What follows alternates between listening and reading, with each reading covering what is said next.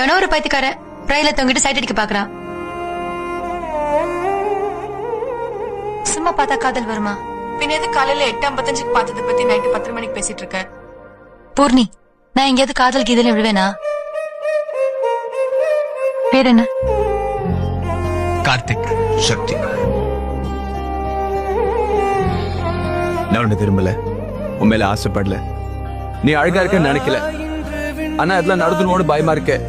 யோசிச்சு சொல்லு. I love you. அப்படின்னா என்ன மீன் பண்ற? I love you. I love you. என்ன அர்த்தம் சரியா புரியாமலே? உனக்காக எது வேணாலும் செய்வேன்னு அர்த்தம். உனக்கு என்ன வேணாலும் தெரியும். 20 வாரமா எங்க அப்பா அம்மா எனக்கு 20 வருஷமா உயிர்.